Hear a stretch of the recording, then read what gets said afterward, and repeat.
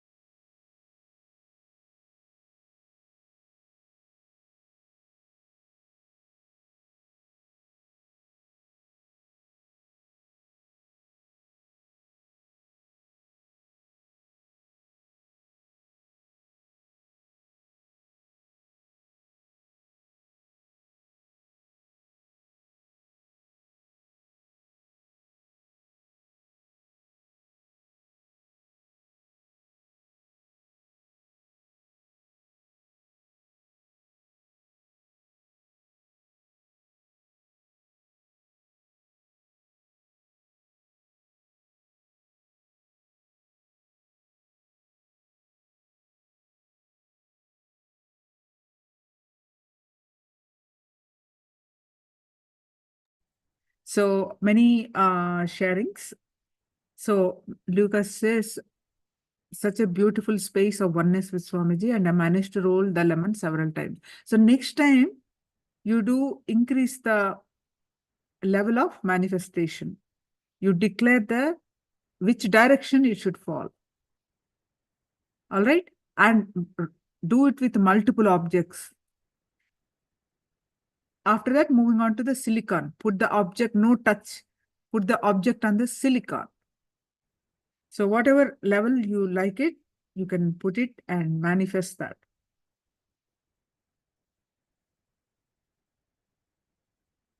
So thank you. Many are manifesting. That's wonderful.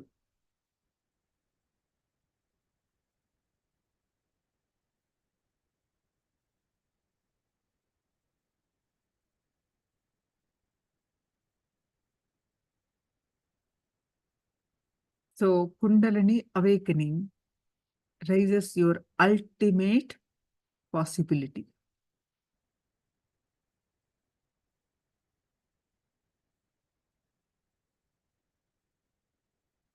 Your ultimate divine possibility. So let's listen from Swamiji.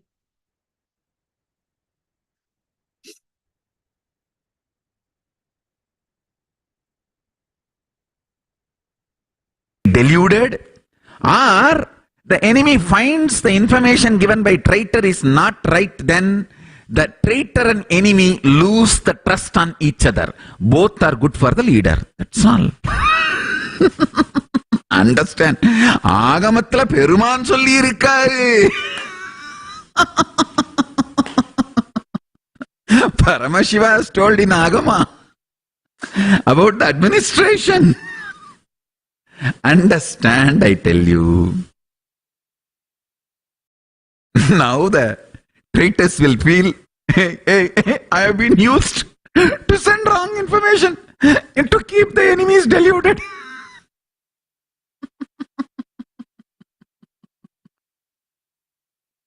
Listen carefully.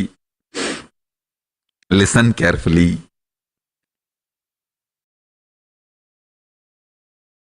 End of the day, absolute life positivity is a strength, power. Paramashiva's manifestation.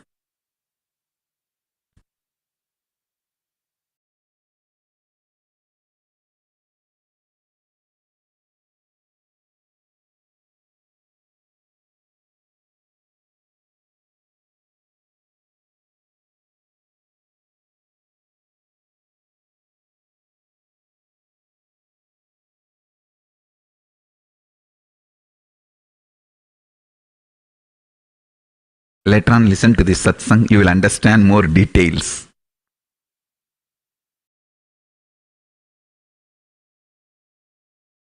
I am loud and clear statement from KAILASA. Paramashiva is real. The possibility and power manifestation science is true, and every human being should work on achieving the state, space, powers, being and superconsciousness of Paramashiva. Understand? Especially the Kayakalpa participants. All the Kayakalpa Yoga participants, please raise your hand. I am not seeing the Kayakalpa Yoga participants in Madurai. Madurai, please get all the Kayakalpa Yoga participants to come and sit for the satsang. Listen.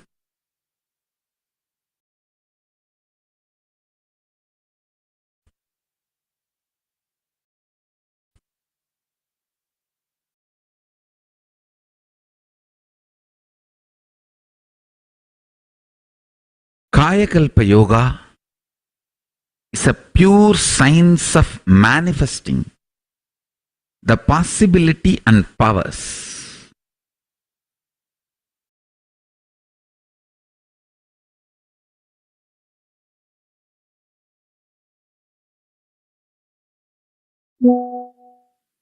Listen carefully.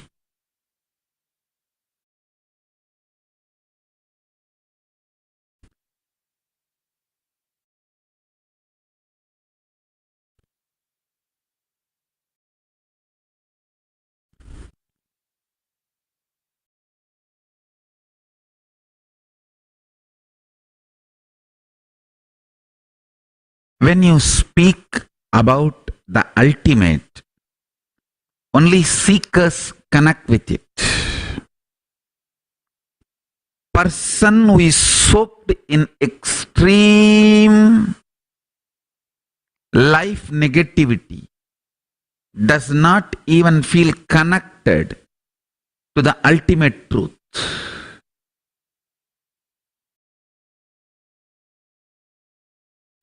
அஷ்டசக்தி மண்டபத்தில் அஷ்டலட்சுமிகள் தொழுது 6 வரிசை தூண்களுடன் மீனாட்சி மண்டபம் கண்டு முதலினாயக. Listen. Listen carefully.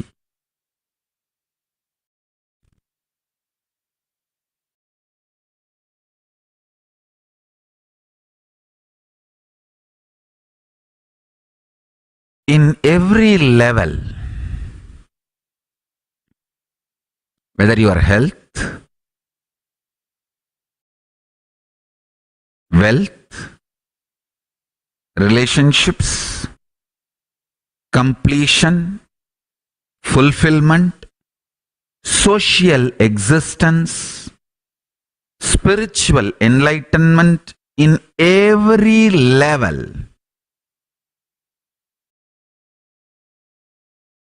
you being inspired about the possibility and you given the signs of manifesting powers of consciousness, Paramashiva, is absolute life positivity. Understand? Life positivity.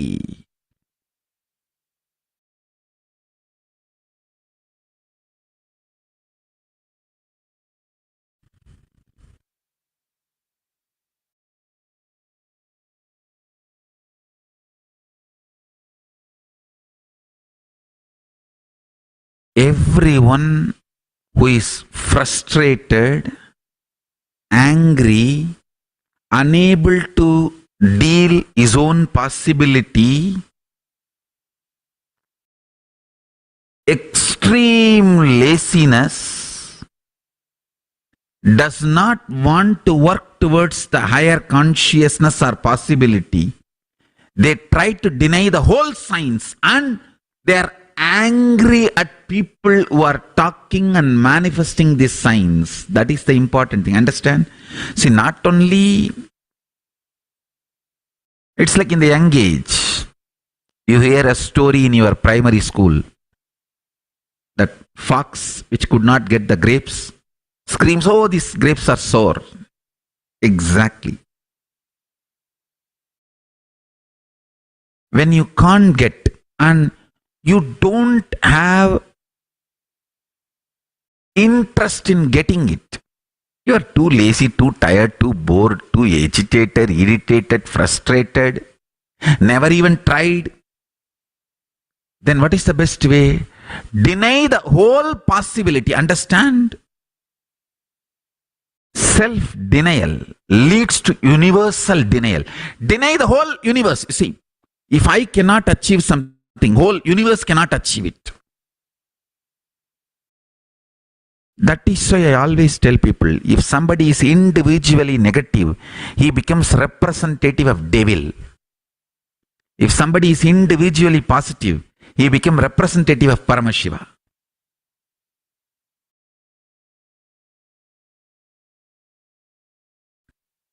Possibility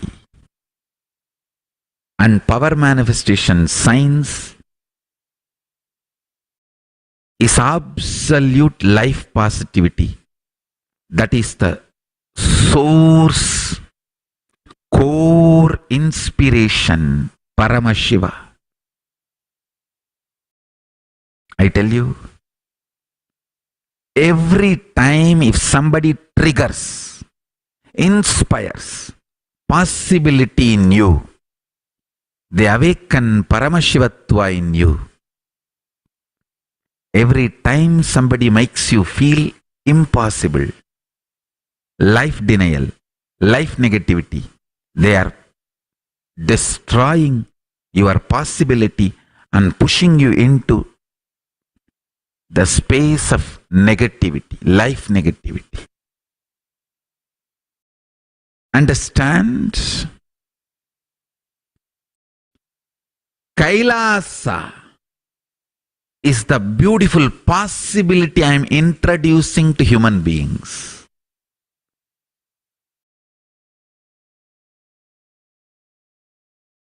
Paramashiva is real.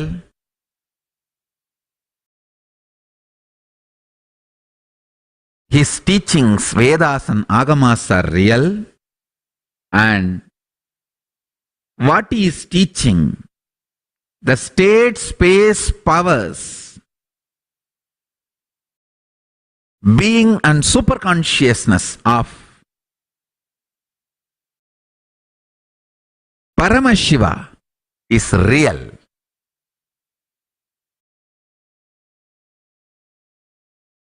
Kailasa is a great possibility for humanity I am introducing. Suddenly I am seeing, last few days, I don't know how many of you have observed, the whole media and social media is talking only about Kailasa. They are no more bothered or no more talking about all the rumors, scandals, lies spread. Kailasa has caught the imagination of even media and social media people.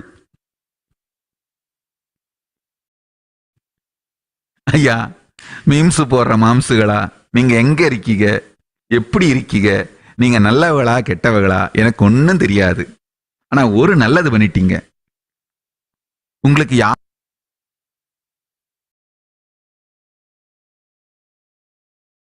200 ரூபா கொடுக்கறாங்களோ தினம், அதுவும் எனக்கு தெரியாது. நீங்க நல்ல நோக்கத்துக்காக பண்ணீங்களா கெட்ட நோக்கத்துக்காக பண்ணீங்களான்னு தெரியாது. ஆனா கண்டபடி மீம்ஸ போட்டு கைலாசத்தை பாப்புலர் பண்ணிட்டீங்க ஐயா.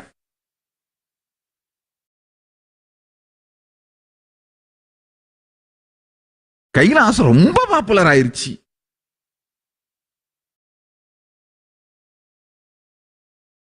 இதுக்கு மேல நானே வேற ஏதாவது சொன்னா கூட சனங்க நம்ப மாட்டாங்க போல. ஐயா, எவ்வளோ நல்லது பண்ணீங்க, இவ்வளோ மீம்ஸ போட்டு கைலாசத்தை பாப்புலர் பண்ணீங்க. ஒரே ஒரு நல்லது பண்ணிருங்க, அந்த ஐலண்டு தீவுன்னு சொல்றீங்களே அது எங்க இருக்குன்னு மட்டும் கொஞ்சம் கண்டுபிடிச்சு கேட்டு எனக்கு சொல்லிவிட்டீங்கன்னா நானும் அங்க போய் நான் தான் நித்யானந்தான்னு சொல்லி அந்த ஞான விஞ்ஞான சக்கரவர்த்தி சுப்ரீம் பாண்டிஃப் அப்படின்னு அந்த டைட்டில் அந்த வேலையை ஏதோ ஒரு வேலையை போட்டு கொடுக்க சொல்லி வாங்கிக்கிட்டு அங்க நிம்மதியா செட்டில் ஆயிருவேன். அந்த ஐலண்டு தீவுன்னு சொன்னீங்களே அதை மட்டும் கொஞ்சம் கண்டுபிடிச்சு எங்க இருக்குன்னு சொல்லிட்டு போயிருங்க ஐயா, உங்களுக்கு புண்ணியமா போகும்.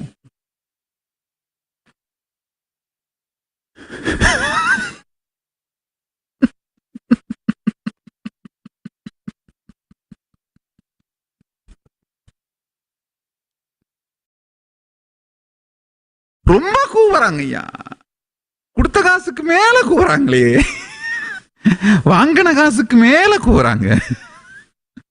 ஆனா எது என்னவோ கைலாசம் பாப்புலர் ஆயிருச்சுப்பா. ஒரு நாளைக்கு 8 லட்சம் பேர் பாக்குறாங்க ஐயா. 8 lakh people are visiting Kailasa website per day and 1 lakh people are becoming member per day. Until now 12 lakh people have applied for e-citizenship. Tomorrow only I am even going to formally announce the possibility for e-citizenship. The vision caught the imagination of people. The strength of the vision, I tell you now. with the grace of Paramashiva, Parashakti, Mahaganapati, Paramaganapati Paramburul, Nandishwara, Subramanya, Mahakala Bhairava, all the gods and goddesses of KAILASA. Now, Sri KAILASA has to become real and it has started manifesting.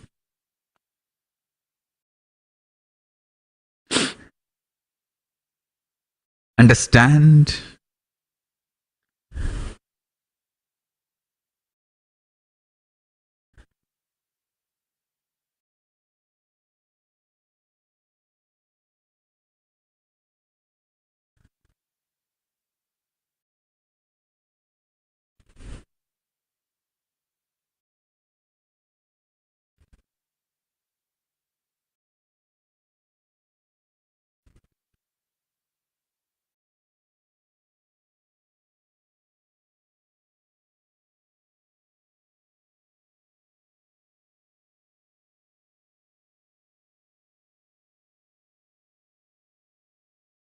Sri KAILASA is manifesting.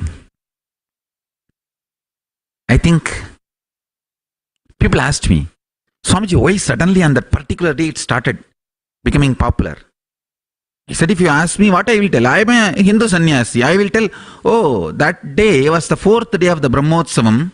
Arunachaleshwara graces under the Karpa Vriksha on Kailasa Vahana, on Kailasa hill under the Karpa Vriksha. He blesses and goes round and does the Madhavidi. So maybe because he sat on the Kailasa under the Karpaka Vriksha, he popularized Kailasa on that day. Exactly, that is what has happened. On that day only it happened. So if you ask me, I am a Hindu sannyasi, I will give only this reason. Yedu enna opa. Meemsa potu. Kailasatha popular vantinga. Kailasa has become too popular.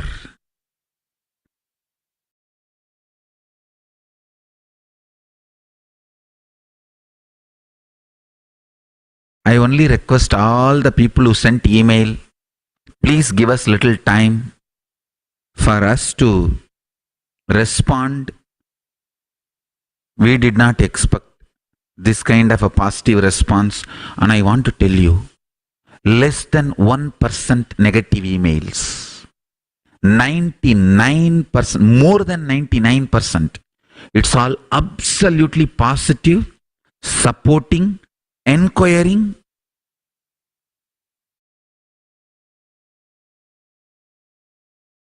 So many people even offering land.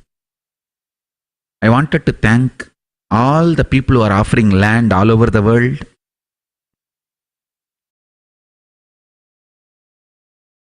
I don't want to reveal the name, but some of the governments have officially approached us and invited us to have the Kailasa settlement in their place. I thank all of them. We will start working with them. Maybe soon, with Paramashiva's grace, Parashakti's grace, Paramaganapati's grace,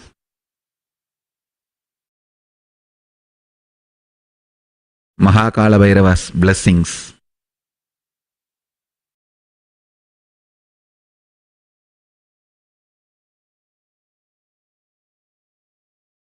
Subramanya's blessings, all the gods and goddesses of Kailasa, their blessings, Mahanandi's blessings, we will have not only space, place also for Kailasa. Once it is done, I'll announce it publicly to all of you.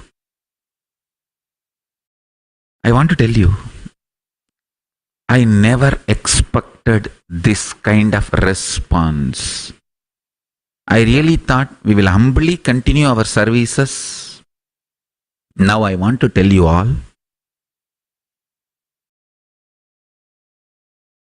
the first work of Kailasa, most important, bringing legitimacy to the whole spiritual component of Hinduism, means collecting all the spiritual scriptures and organizing, demystifying and sharing it with the whole world freely. Knowledge is free as per Paramashiva. That's our first responsibility. We are fundamentally education organization.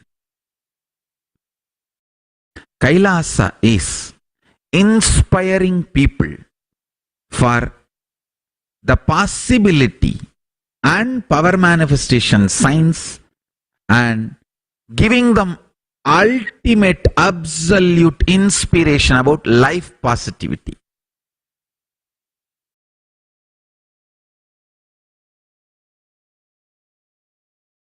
The most unexpected is some of the governments approaching us.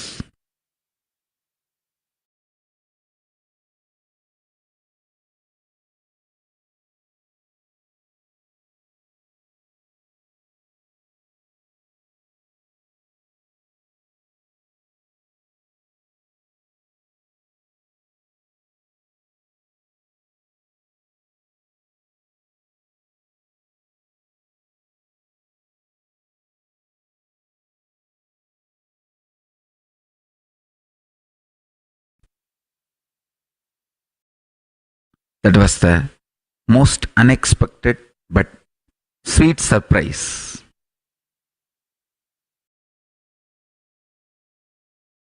Because the governments themselves have approached us. Soon I'll have a good news to share with all of you. Understand one thing.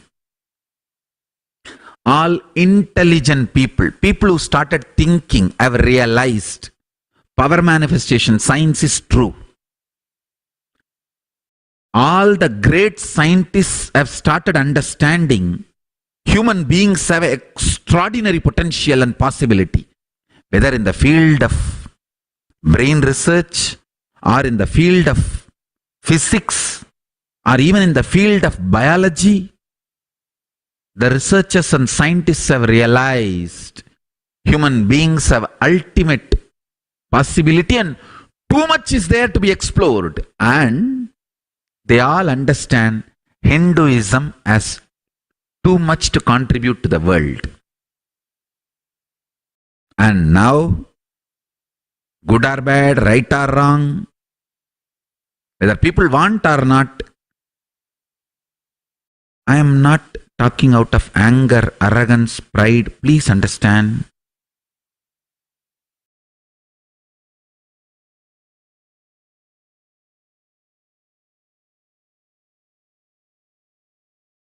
One thing has happened. Think power manifestation science, think Nithyananda. It has become a statement. Whether you say power manifestation is true, then Nithyananda is true. Whether you may claim power manifestation is false, then you may say Nithyananda is false, whatever conclusion. But non-controversially, power manifestation science and Nithyananda has become almost like a synonymous. So anybody who starts thinking in this field, the possibilities,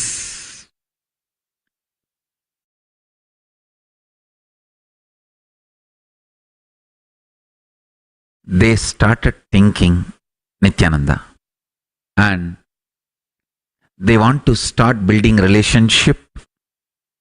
They want to start exploring this science. I want to tell you only one thing. I will make this science available by the grace of Paramashiva and Parashakti to the whole world freely. Whoever comes, approaches me, I'll share this science with them. I am very clear. And we have too much proof. It's not that I need to even give proof from past. I'll tell them, if you want to learn, come on, bring 2-3 people, come. I'll initiate you now and teach you, and you will manifest powers now. That's all. Understand, if somebody is challenging power manifestation science, directly or indirectly they are promoting us. Because we have too much evidence. We have too much proof. Living evidence, living proof. Now I can initiate and they can manifest powers. What can be done? What more proof you want?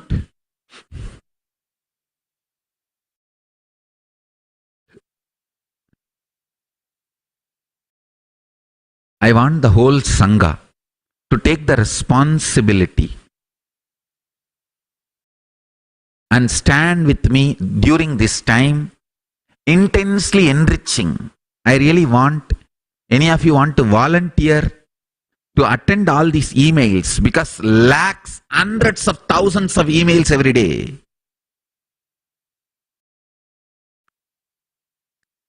நாங்க ஏதோ இந்த பழம்பெரும் server ஒன்றத்துல host பண்ணி வச்சிருந்தோங்கய்யா. இந்த server உடஞ்சி உட்காந்துருச்சு, இந்த load தாங்காம. அதுக்கப்புறம் அதுக்கு கை காலெல்லாம் வச்சு முட்டு கொடுத்து பெரிய சர்வருக்கு மாத்தி.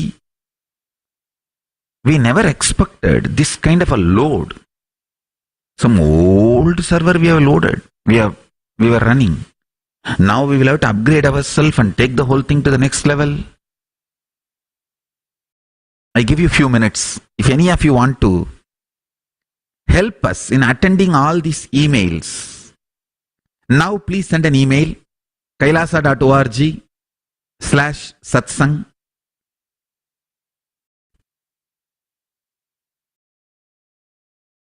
So we will organize and allot the responsibility to everyone. Please understand the way it is going. Next 6 months, if we sincerely contribute to people's life, understand, Kailasa is built on love, an intense contribution to people, and absolute life positivity. If we work 6 months and continuously contribute to people's life, make them live a better life, health, wealth, knowledge, enlightenment, power manifestation in every level, Kailasa will become reality. Already it is reality, it will become more and more reality by Paramashiva's grace and Parashakti's grace. Sign up by going to kailasa.org/satsang. Now, I'm giving you a few minutes.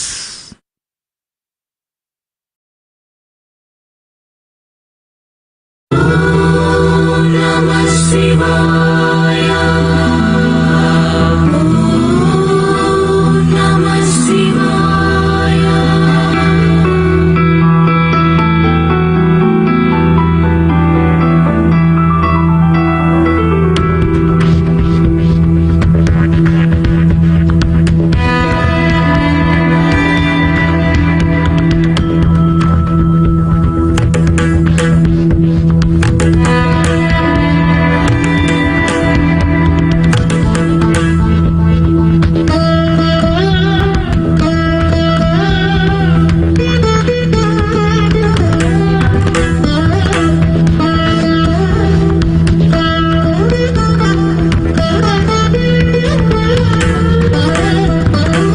नागेन्द्रहाराय त्रिलोचनाय भस्माङ्गरागाय महेश्वराय नागेन्द्रहाराय त्रिलोचनाय भस्माङ्गरागाय महेश्वराय नित्याय शुद्धाय दिगम्बराय तस्मै नकाराय नमः शिवाय नित्याय शुद्धाय दिगम्बराय तस्मै नकाराय नमः शिवाय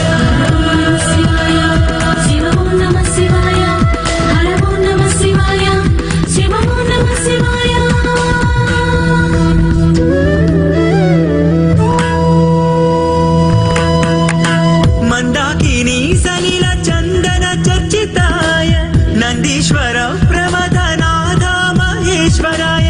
మందాకిని సలిల చందన చర్చితాయ నందీశ్వర ప్రమథనాథ మహేశ్వరాయ మందార బహు పుష్ప సుపూజితాయ తస్మై మకారాయ నమః శివాయ. మందార బహు పుష్ప సుపూజితాయ తస్మై మకారాయ నమః శివాయ.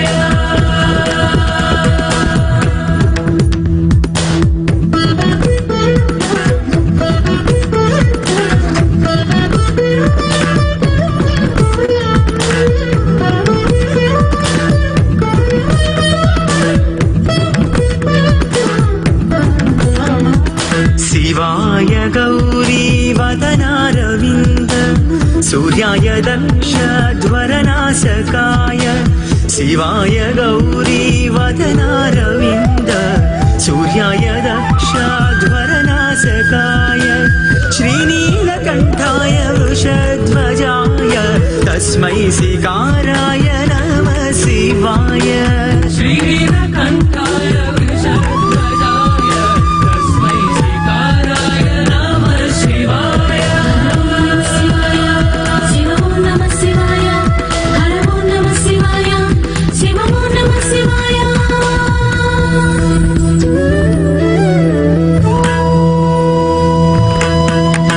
వశిష్ఠ కుంభోద్భవ గౌతమార్య మునీంద్ర దేవార్చిత శేఖరాయ వశిష్ఠ కుంభోద్భవ గౌతమార్య మునీంద్ర దేవార్చిత శేఖరాయ చంద్రార్క వైశ్వానరలోచనాయ తస్మై వకారాయ నమః శివాయ. చంద్రార్క వైశ్వానరలోచనాయ తస్మై వకారాయ నమః శివాయ.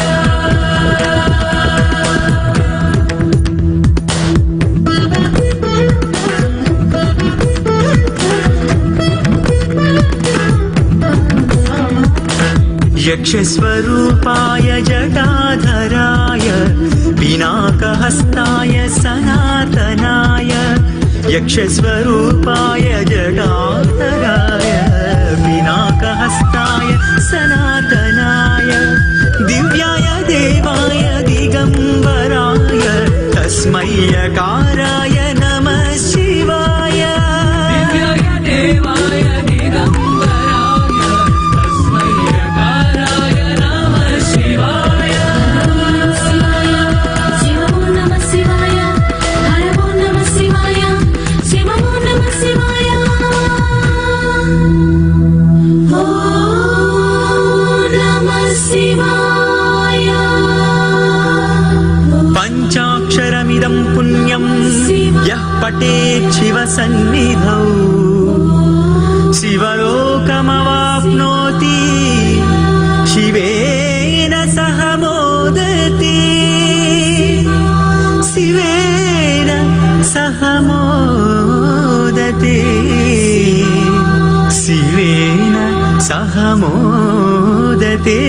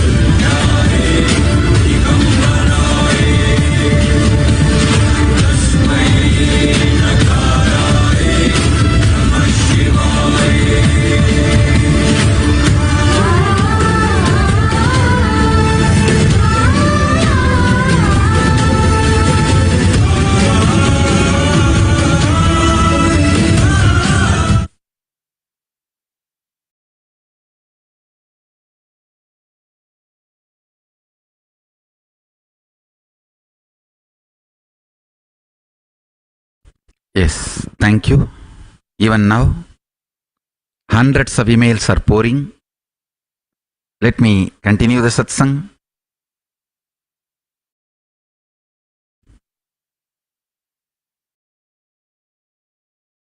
We are the only nation, no tax, completely run voluntary contribution, no army. We don't have any army. We only pray to Paramashiva, and Paramashiva protects us. Mahakala Bhairava protects us. That's the only protection we have. And practically no staff. It's only volunteer run organization, volunteer run nation. Understand? Kailasa is the principle declaring the highest possibility for individual human beings and collectively for all human beings.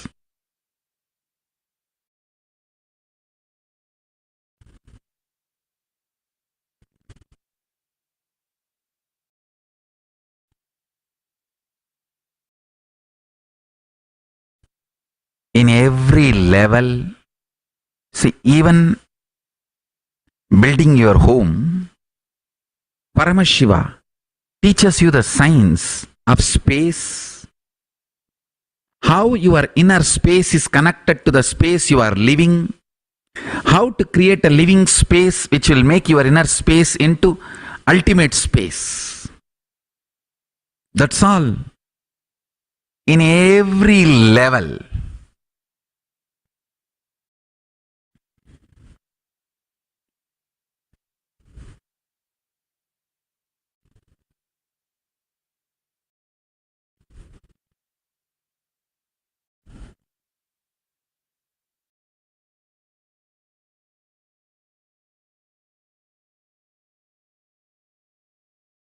The absolute enlightenment science, the absolute pure possibility, the absolute power manifestation science is the most life positive. Understand? Life positive.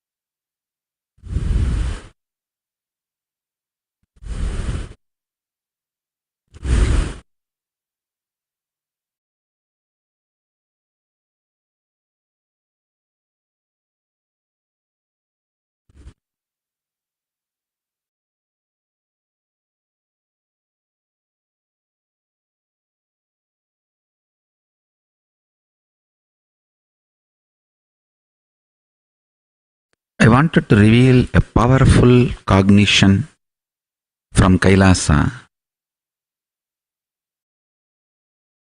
Intensity of the dream state, intensity of the deep sleep state, intensity of your confusions in the waking state can be used to manifest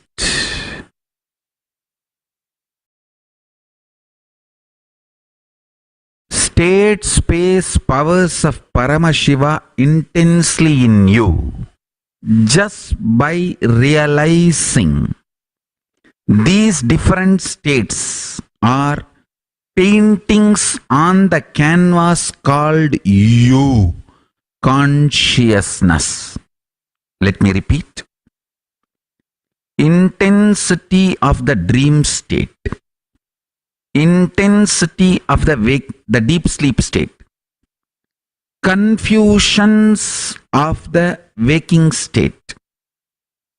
When I say intensity, all the time, energy you spend in those states can be used for manifesting powers, state, space, powers, being, consciousness of Paramashiva, just by realizing, cognizing only one truth. That truth is, all the states are painted on a canvas called you, which is consciousness. Means, cognizing during the deep sleep and waking and dream state, I don't become different personality. I am me. On me, all these are painted in different colors. The color of the painting may differ, but not the quality of the canvas. Again, media is what to say, that almost like a mad over this me version. I gave clearly you version also. But nobody wants the you version. Everyone wants only me version. And in the me version also, they don't want the form, description, because when I am describing, I am clearly saying the me in me is talking to me in you. The cosmic me manifesting through this me and talking to all the me in you. All of you, what you feel as me in you is cosmic me reflecting in you. That me talking through this me to that me. They don't want to show the visual. Because if you show the visual, people will understand it is Advaita philosophy, pure Hinduism. They want to make fun of it. Only that is why they use only the audio. Literally, they are like enamored by this me version. Are going crazy with this me version. Anyhow.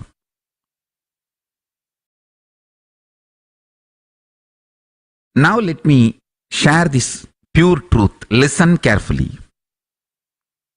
From today, remember, the waking state me, dream state me, deep sleep state me, all the three me's may be different color painting, but painted on same canvas, which is in the color of the painting does not change the quality of the canvas. Listen to this truth and meditate. Cognize this. Cognize this.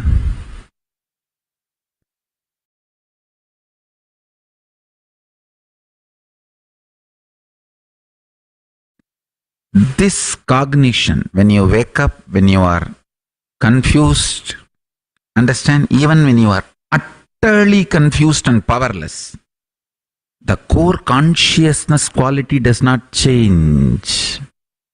Shuddhadvaita remains a Shuddhadvaita forever, whether you want it or not.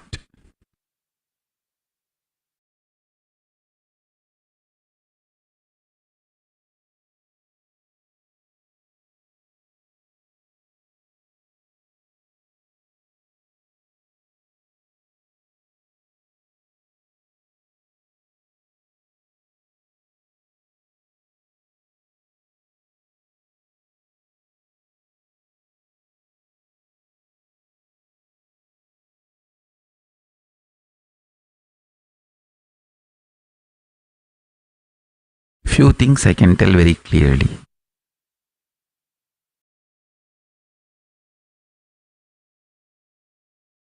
The absolute truth. When you meditate on it, cognize it, it melts down all the problems, manifests so much of energy.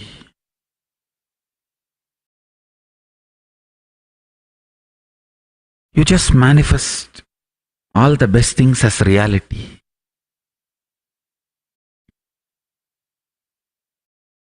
Nothing can be compared to the enlightening truths and power it gives you.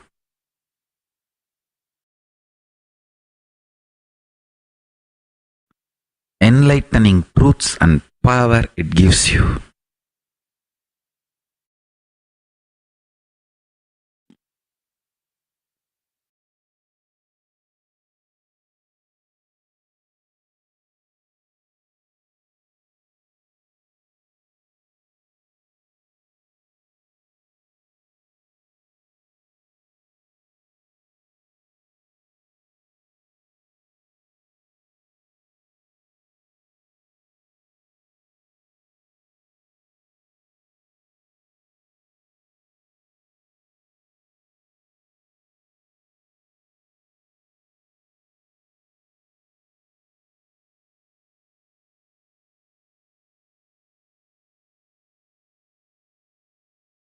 I'll repeat the truth. Listen. The core life which is in you, which you experience as me in you, means what you feel as you, I. What you feel as I, that I is the canvas, consciousness, canvas on which waking state and all its confusions, dream state and deep sleep state is painted. When you remember this truth, the consciousness in you becomes more powerful than the influence of these three states. Then naturally, the consciousness starts manifesting Paramashiva in all these three states.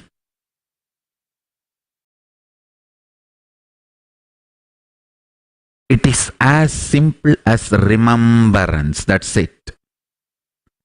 Understand?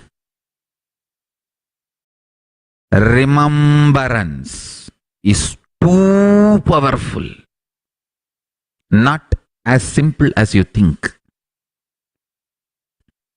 Remember Shiva, Paramashiva. Remember Kailasa. Immediately something happens to your system. Especially when you are initiated. If you are initiated. Remembrance is not as easy or simple or a joke as you think.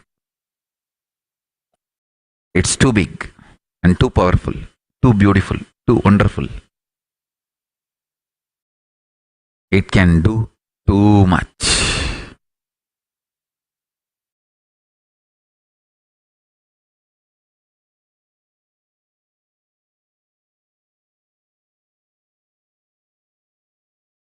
So today, this is the powerful cognition. The me in me, the pure consciousness, is the canvas on which deep sleep, dream and waking states are painted. The painting's color may differ, but not the quality of the canvas. This is the truth through which I will manifest Paramashiva in me through all these three states. Let's cognize this and meditate on this. Please sit straight and meditate on this. Powerful cognition. Connect with Paramashiva.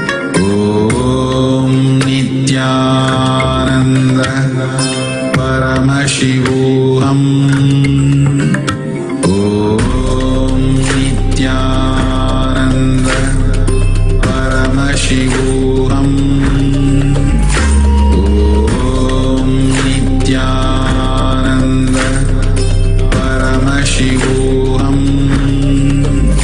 Om Nithyananda Paramashivoham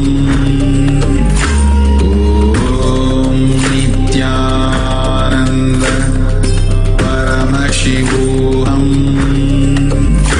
Om Nithyananda Paramashivoham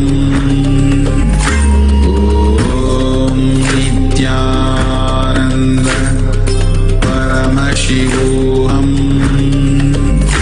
Om Nithyananda Paramashivoham Om Nithyananda Paramashivoham Om Nithyananda Paramashivoham.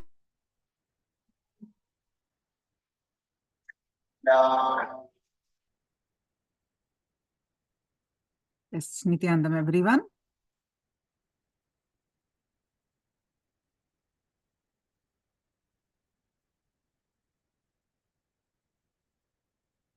Yes, can you go ahead and share what you have learned?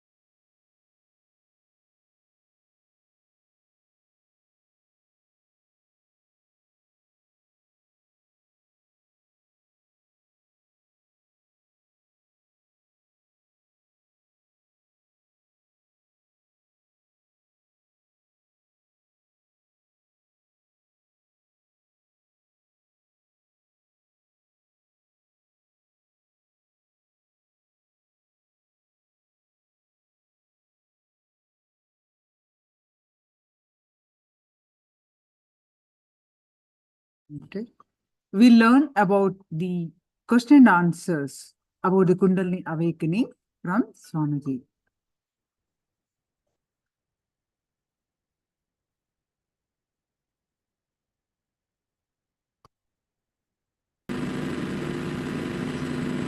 I welcome all the devotees from around the world who are sitting with us now.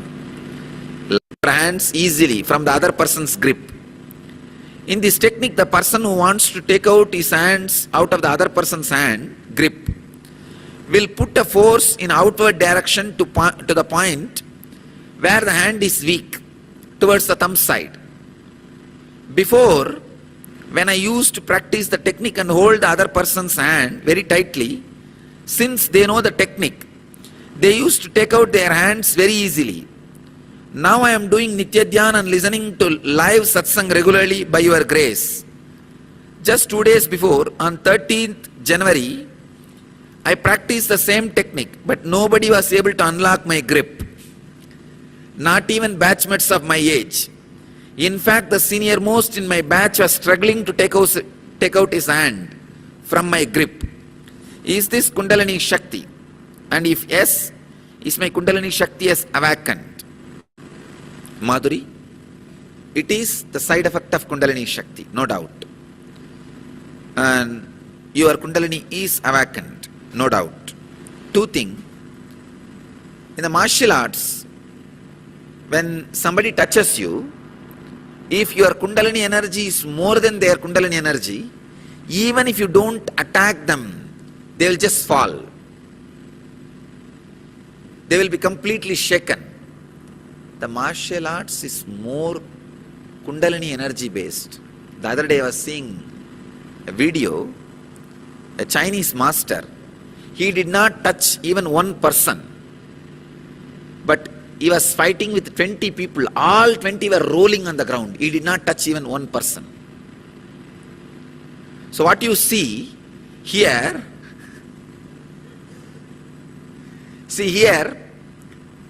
I make you guys roll in the ground with my love energy, the compassion energy, by awakening the Kundalini. The same thing that master was doing with pure energy. It was neither anger nor compassion, just pure energy. Actually, pure energy itself will have a trace of compassion. So I could see very clearly. I'll get the video and give you the reference tomorrow. Tomorrow in satsang, I'll give you the reference, and it's in the YouTube. You can all watch. I saw from the YouTube only. So if your Kundalini is fully awakened, you don't even need to touch anybody. The moment you look at them, they will roll on the ground.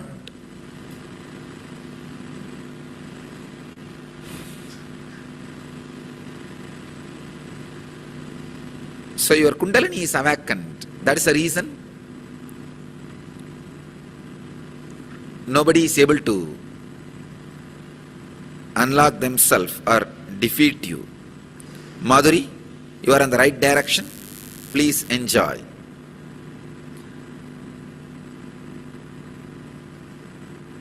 I am really surprised from all over the world. I don't even know the cities and the country's name. People are watching this live satsang. Thanks to the technology. Thanks to the technology. Now we are having only 10 connections two-way. In a month we will have 108 connections two-way. We are establishing. Even if some centers are able to gather 20 people, we will give them two-way connection. Because from March 2nd, 21 days, we wanted to create N effect all over the world and reduce the natural calamities and man-made calamities. Natural calamity means all the earthquake, tsunami and all those things. Man-made calamities like crimes and wars. So in the 21 days we will prove visibly to the world, n effect, the only solution for man-made calamities and natural calamities. Create n effect, the only hope for future. We'll prove this in the 21 days.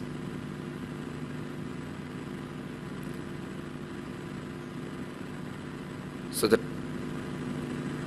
I request all the devotees to gather as many people as possible and meditate, practice unclenching. Those 21 days, the live satsang. And I am also going to do one more thing.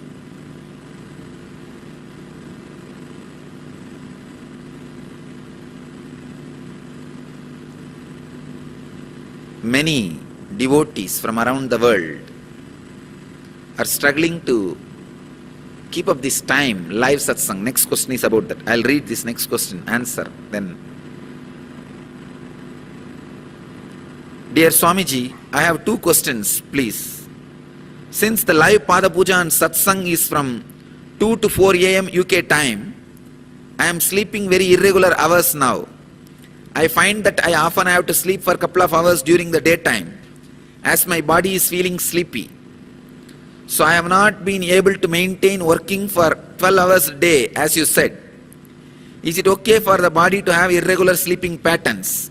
What's the best thing to do, as I want to keep watching you live? This question is from Satrupini, London. 2 hours sleeping during the daytime is okay. The 12 hours working does not mean continuous 12 hours. In a day, if you do 12 hours, that's enough. And actually, satsang time becomes working hours because you are not keeping quiet. I am working on you.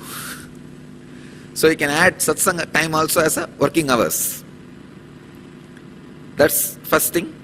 Second thing, due to the timings, we have not yet as yet succeeded. We have not as yet succeeded in gathering a large group of people. So we can have a two-way session with you at morning satsang. Devotees who work and those with children have indicated it is difficult for them to attend. Also, the public transport system is not dependable at the time of morning. So we are all individually watching you at our own homes. We have thought about it a lot, but have not found any solutions to these logistical issues. How can we also benefit and be part of the N effect and have a live interactive session with you? Satrupini, London. Satrupini from London. I am starting out. Not only your problem of many devotees from all over the Europe and Southeast Asia. From March 2nd, we will have 2 satsangs, morning and evening. So,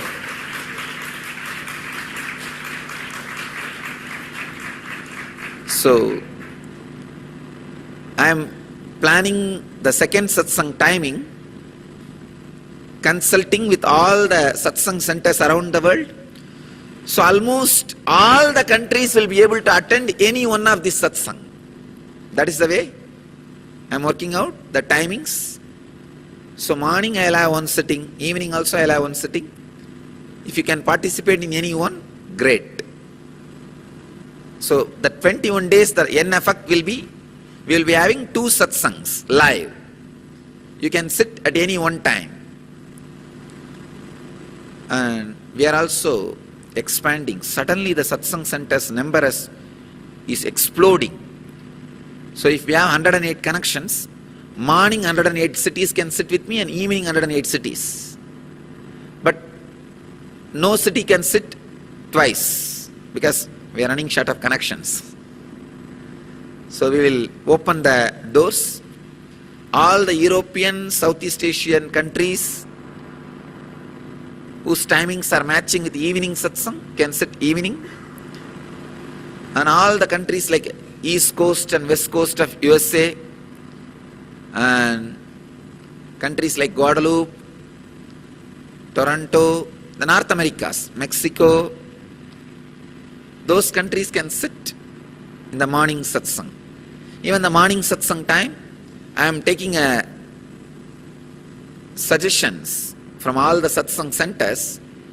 We are we will be moving the time as per the devotees' convenience around the world.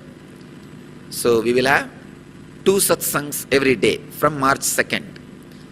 Except the time, days I am giving the programs like NSP or Inner Awakening, I will give 2 satsangs every day.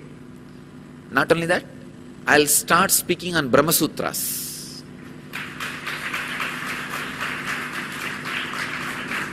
Mornings I will do on Yoga Sutras, evenings I will do on Brahma Sutras.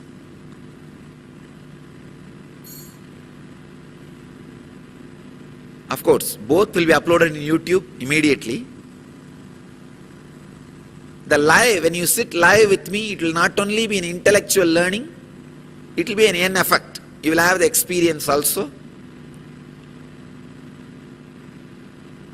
If you just want the intellectual knowledge, in 24 hours it will be in the YouTube. You can watch. We are exploding, really. I can see.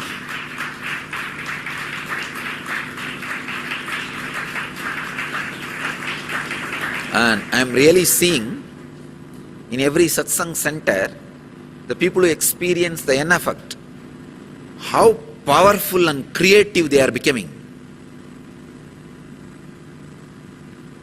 Powerful, creative, alive, and how the inner awakening is happening in everybody.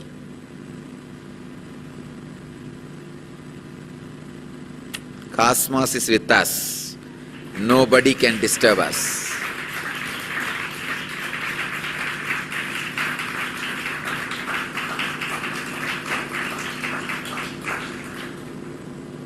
Divine is supporting us.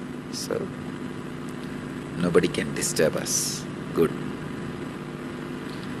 Next question.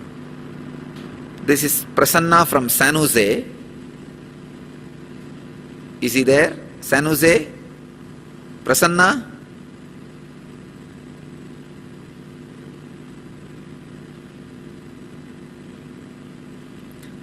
In many big festivals and religious gatherings, I have witnessed a handful of people start swaying and having involuntary motions. Never levitation, of course. My understanding was that for those few moments they were possessed by God and were channels of the divine. Is my understanding correct? Prasanna, I don't want to say it is correct or wrong. It depends on individual. If the person who is swaying, having involuntary motions, if he is in bliss during the experience, and after the experience if he becomes intelligent, Sat Chit Ananda. Sat means more integrated and more clear, more knowledgeable about life, death and the great secrets of life. Okay?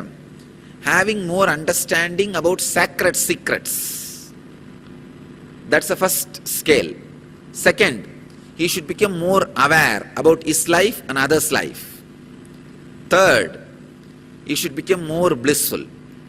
If these 3 things, Sat, Chit, Ananda, is increasing in that person, then he is possessed by God for those few moments.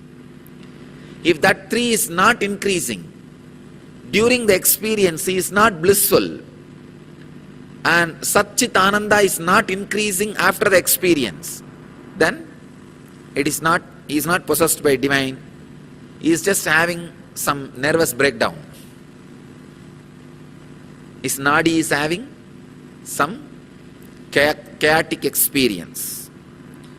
What is the difference between what we are experiencing during N effect and their experience? Please understand, Prasanna, this is the difference. If Sat, Chit, Ananda increases during the effect and after the effect, you are having N effect, Kundalini awakening. If that 3 is not there during the effect and after the effect, then it is nervous breakdown. So you can have, this is the right scale, not to have the fake experience, fake levitation, nervous breakdown. Sit in Samana Mudra and Batmasana. You can never have fake experience. Those people who are swaying in these religious ceremonies and large gatherings, tell them to sit in Batmasana and Samana Mudra, everything will stop. Real Kundalini awakening only can move your body if you sit in Batmasana and Samana Mudra. If you are sitting in any other postures and body is swaying, moving, there can be doubt. But if you are sitting in Batmasana and Samana Mudra, any movement can be only out of Kundalini. So this is the scale to find out whether it is a nervous breakdown or an effect. Dear Swamiji, thank you so much for the strange experiences I had during yesterday morning satsang. This is from Nitya Priyatma Niraja from Atlanta Satsang Center. Thank you so much for the strange experiences I had during yesterday's morning satsang. I could not understand what it is, neither read any scripture to refer, nor had any spiritual guidance from others. But I believe whatever happening to me is for my own good. Yesterday, as usual, I started levitating during Pratyaksha Pada Puja. Levitation has become almost like as usual. See?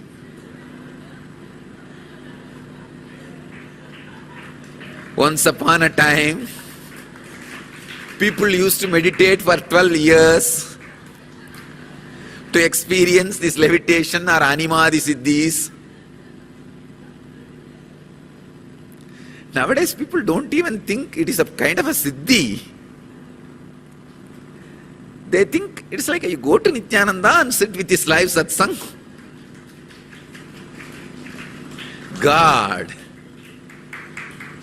what have I done?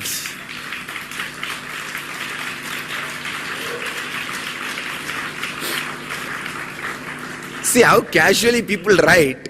As usual, I was levitating. I used to feel like this casual when I was with Raghupati Yogi, just day before yesterday. I met one of our devotee, who was the devotee of Raghupati Yogi also, great disciple of Raghupati Yogi. He is the owner of a big hotel. Even now he runs the hotel, Udupi Hotel in Thiruvannamalai. He is from very spiritual family, Ubadhyaya family, very highly spiritual person.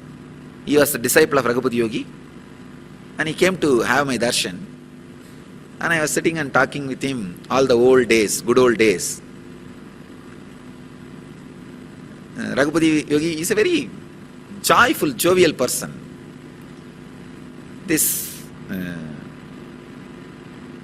In his hotel, once Raghupati Yogi was sitting, I was also with him. We were actually, he was sharing the incident with me. So he was also sitting, we all three were chatting. We were having coffee. I was a small boy, so the dining table height was too much for me. So I was standing and drinking the coffee. And they both were sitting on the chair and drinking the coffee. And somebody came and asked Raghupati Yogi, like a very disturbing way, I heard you can make people levitate, means fly. Can you do that to me? Then Raghupati Yogi jovially told him, pay for this coffee bill, then I will do. Those days, cup of coffee is something like a 60 paise. 60 paise means less than 1 rupee. So, 3 coffee. The hotel owner was having coffee, but usually he will never charge. He is a devotee, so he will never ask money. So he was actually giving coffee for Raghupati Yogi and for me, and for himself. So this guy who came, he said, all right, I will pay for 3 coffee. For all 3 coffee he paid. And Raghupati Yogi actually made him sit on the dining table and told him to hold the nostril and did something for 3-4 minutes and pulled the dining table and he was levitating. He was there on the air. He was there on the air. Just 3-4 minutes. So I used to think, oh, levitation is ordinary. Just like how I used to think in those days with Raghupati Yogi, this Neeraja is telling, as usual I was levitating. Yesterday, as usual, I started levitating during Pratyaksha Pada Puja. After that, when you were initiating us into Kula Kundalini awakening, I had this strange experience. My eyes were squeezed inside my Ajna Chakra and it is trying to go upwards. Neeraja, it is perfect, right experience. Your Ajna is getting awakened. Usually, when your Ajna is awakened, it will suck both the eyes. It will suck both the eyes inside. The third eye will be awakened only if the two eyes are sacrificed into the third eye. The life energy will be offered into the third eye, only then the third eye will be awakened. Actually, after the third eye is awakened, all three eyes will be seen. Eyes will have the power. But for the awakening, these two eyes will be sucked into the third eye. My head started moving up slowly on its own till reached a point where I could not sit. I fell backwards. After some time, I got up and started staring at you in the monitor. I saw you were breathing the same way I was breathing. Neeraja, you had my Pratyaksha Darshan. That's what is exactly. No doubt. If you are watching now, you will see Vibhuti will come out of your monitor. Okay. Just to show you that you are having Pratyaksha Darshan. You are seeing me directly. My body was moving up and down while breathing. I saw the same up and down movements in your body also. Great. I asked my husband, is Swamiji moving up and down? He said no. After that I went and slept. In the morning, I was looking at our window blinds. I saw they are also breathing as I am breathing. Neeraja, you are having the glimpse of what I had at the age of 12. Feeling everything alive. You are exactly having the glimpse of what I had at the age of 12. Few days ago, I saw the eyes in the Gurumurti, in the house, in our house. They are moving. Is it a spiritual experience or just my hallucination? Neeraja, you can never have so many hallucinations, don't worry. So, I'll prove now you are not having hallucination. You are having the real spiritual experience with two things. Sit with Batmasana and Samana Mudra, you will levitate with that. Second, you will have Vibhuti from the monitor. When you are watching me. If you are watching now, you will have now. If you are not watching me live now, when you watch me again live, at that time, you will have it. So, this will prove you are not having hallucination. You are having real spiritual experience. I used to have these doubts sometime. When I was with Kuppammal, when I had my first experience itself, when I had my enlightenment at the age of 12, I had the doubt, am I possessed by ghost or God and all that. When I went to Kuppammal, she did a very beautiful thing. She took me to the Arunachaleshwara temple and she took me near the Garbha Mandir and asked, now remember that experience. I remembered. She asked, is it getting intensified or getting diminished? I said, it is getting intensified. I can see now. The Shivalinga is alive and all these deities are alive. This whole temple is alive. She said, this is the proof you are possessed by God. Because the Arunachaleshwara temple is the most sacred and oldest energy center. If you are possessed by the demon, that experience cannot become solid here.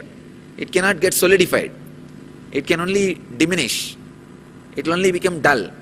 If you are possessed by divine experience, the real Kundalini awakening, only then it can become intense. So that is the reason I always request all satsang centers to have some deity, God, the traditional Hindu deity. See, have deities like a Shiva or Vishnu or Ganesha, the traditional Hindu deities. No black magic can work in those spaces. That's the reason I insist all satsang centers to have the traditional deities. See, an authentic master will never create his own black magic deities. There are people going around creating their own black magic deities. You can't understand, you can't connect them with the tradition. Even when they put the linga, it will not look like a traditional linga. Means what? They put their own energy, means the black magic energy, and their own form. So understand, that is the reason I am telling you, do not go to the places where the authentic traditional deities are not worshipped. Go for the Vedic traditional deities.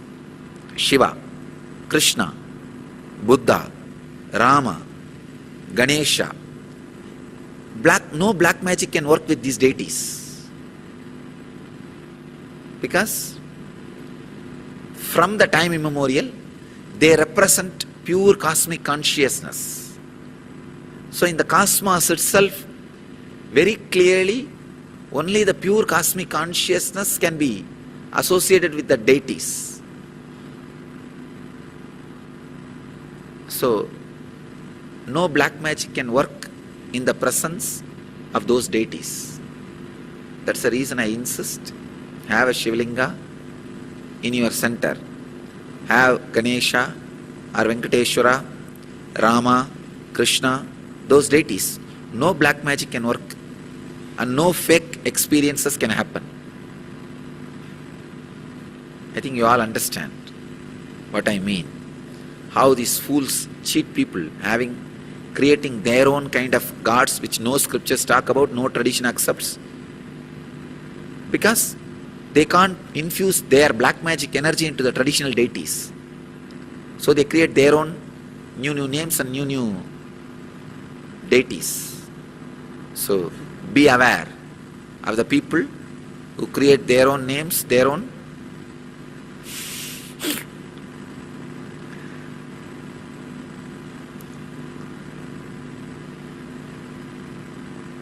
Have authentic, time-tested, foolproof, traditional deities. In Atlanta, only women are experiencing Kundalini awakening. They are rolling, rocking and levitating. Men are very depressed because nothing is happening to them. Niraja, don't worry, I am not biased. I will give experience to men also. They are thinking that they are not worthy of it, feeling low about themselves. They are thinking their wives are moving far away from them. Please do something for them, Swamiji. Ma Nitya Priyatma. Priyatma, I bless you. From today, men also will experience Kundalini awakening in Atlanta. Okay. Actually, it is like this. When men experience, the stability of the experience in men will be long. Women will experience very quickly, but the stability will be very less. So it's like each body has one advantage and one disadvantage. So don't worry about it.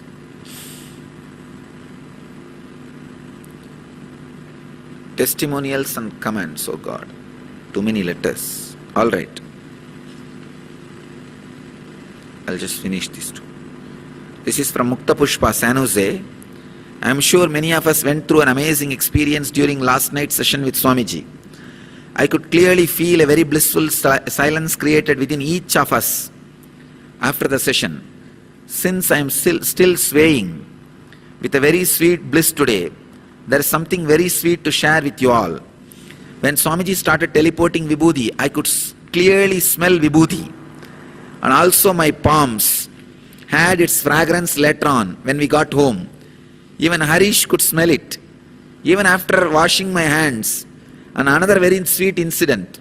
I switched my cell phone off during NFX process. All of a sudden my phone with switched off sound started playing Vishnu Sahasranamam. Oh God. There is an incident, Jnaneshwar, in Jnaneshwar's life, Namdev. So, the Jnaneshwar, Namdev and all used to walk naked. Some of the Brahmins caught them and started asking, if you guys are Avadutas, Paramahamsas, as you claim, can you make this buffalo chant Vedas? Namdev just sprinkled little water on the buffalo.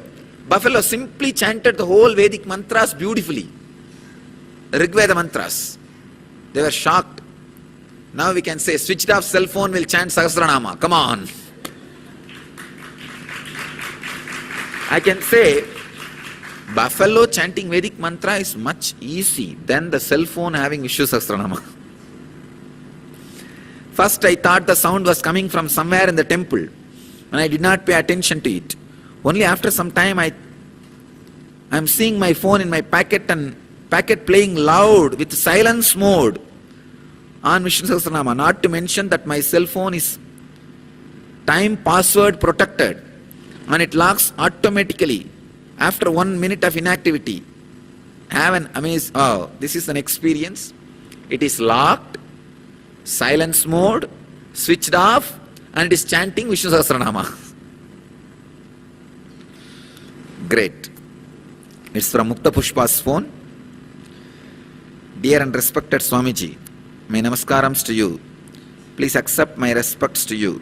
I have been searching for my master internally for past 20 years. This is Krishna from Toronto. Cosmic force has answered my call silently because even without anybody recommending, first moment I saw you in the YouTube and heard your voice, my inner space is filled with you. My nature is more internal, always searching for things inside the inner space. I must first experience the Brahman and attain yogic body and Vedic mind before I can get into satsang with others. Please accept my respects and bless me. என்னுடைய உள்ளுணர்வு உணர்த்துவது நான் உங்களுடன் ஏதோ ஒரு விரவியில் உங்களுடன் இருந்திருக்கிறேன். He says, I have a strong emotion that I had been with you in some distant past life. Please bless me and accept me as your virtual disciple for now.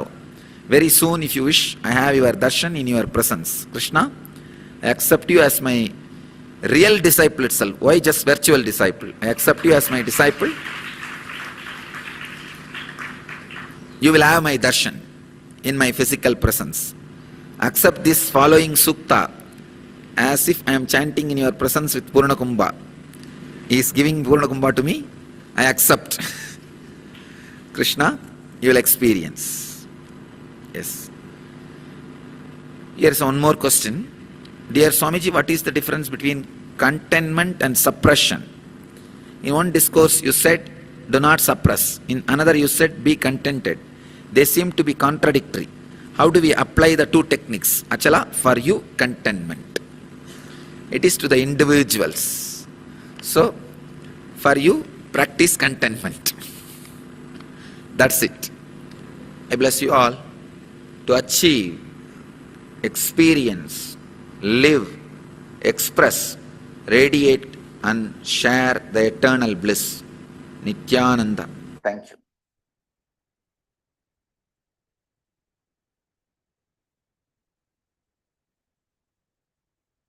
Yes, Nithyanandam, everyone. Please go ahead and share what you have learned, the essence.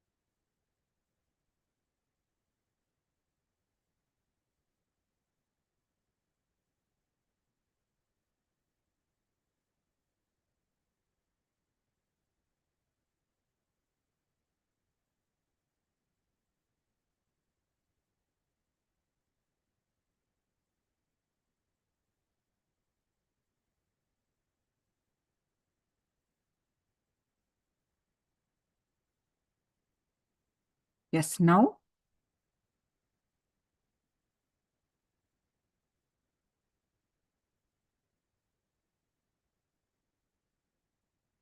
Okay, so now let's move on to one more round of manifesting the power of consciousness over matter. So please quickly go ahead and post your powerful cognitions from Living Enlightenment book.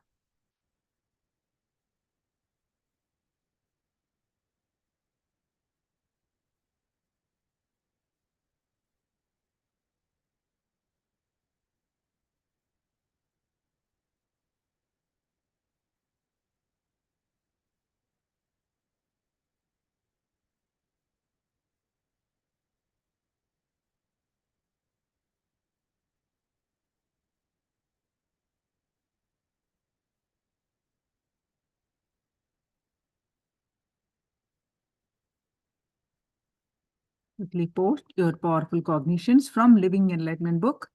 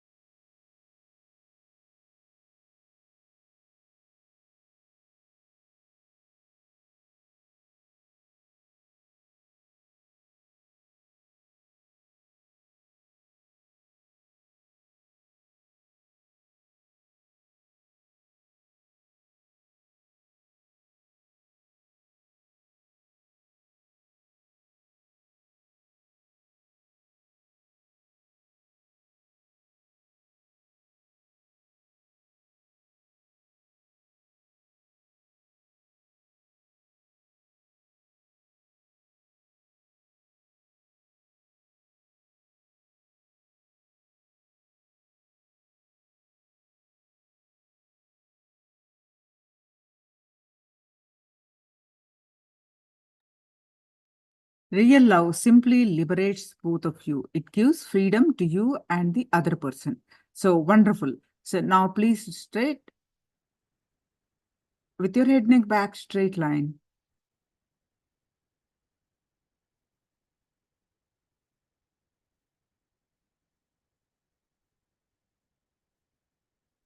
And with your object, hold your object on your palm. Hold your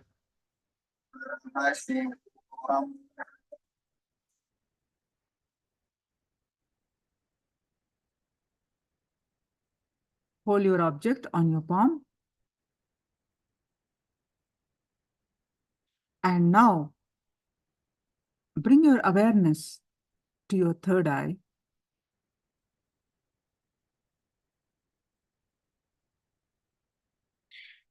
And fill your inner space with Swamiji's form. Any thought that is coming in the way, just let it come, let it go. You bring your attention back to your third eye again and again.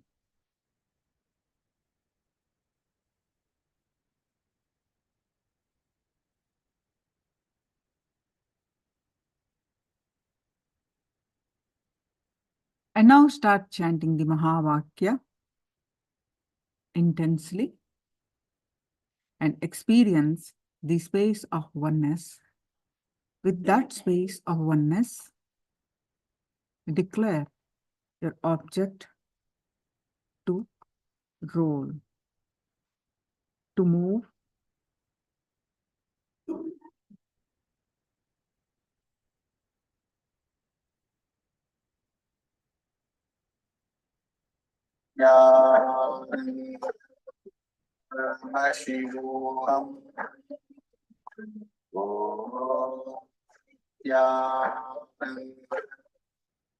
Paramashivoham